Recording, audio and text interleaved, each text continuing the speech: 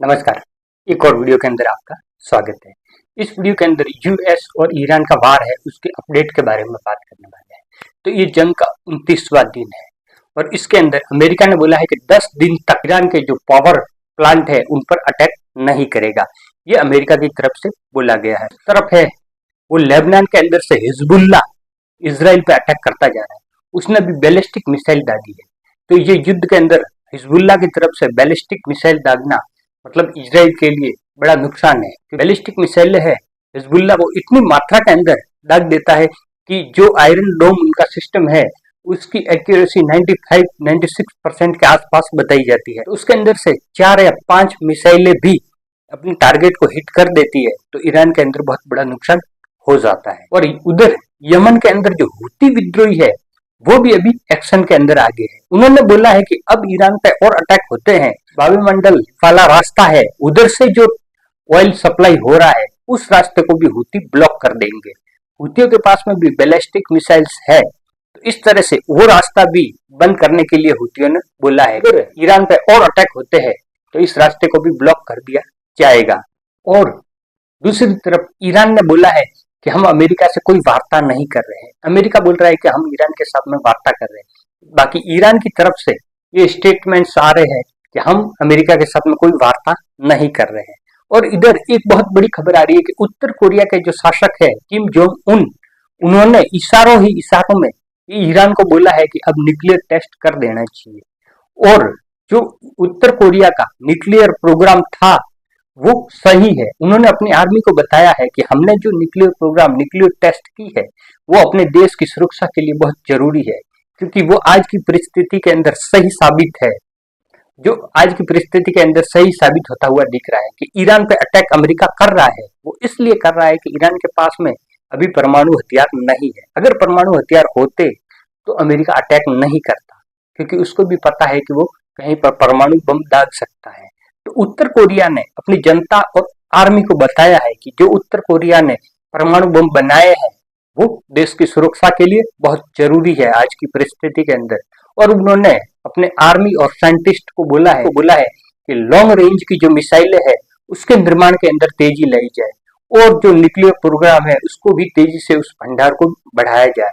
तो इस तरह से नॉर्थ कोरिया है वो मिसाइल टेक्नोलॉजी के अंदर तेजी से आगे बढ़ता हुआ दिखाई दे रहा है और परमाणु बम बनाने की गति भी तेज करता हुआ जा रहा है। और उन्होंने बोला है कि हम न्यूक्लियर प्रोग्राम से पीछे नहीं हटेंगे। और उन्होंने बोला है कि अमेरिका है वो आतंकवाद फैला रहा है, हर देश के अंदर किसी देश के अंदर अटैक कर देता है, किसी देश के अंदर विद्रोहियों को कोई हथियार दे देता है।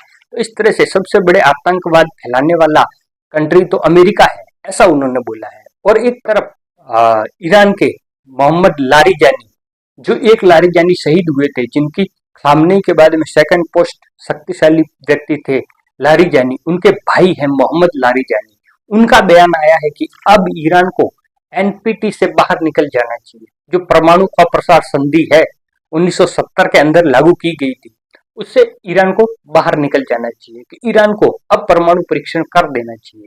अमेरिका बोलता था कि ईरान ऐसी स्थिति के अंदर है 40 घंटे के अंदर परमाणु बम बना सकता है। तो मोहम्मद लारिजानी ने बोला है कि अब ईरान को परमाणु परीक्षण कर देना चाहिए, एनपीटी से बाहर निकल जाना चाहिए।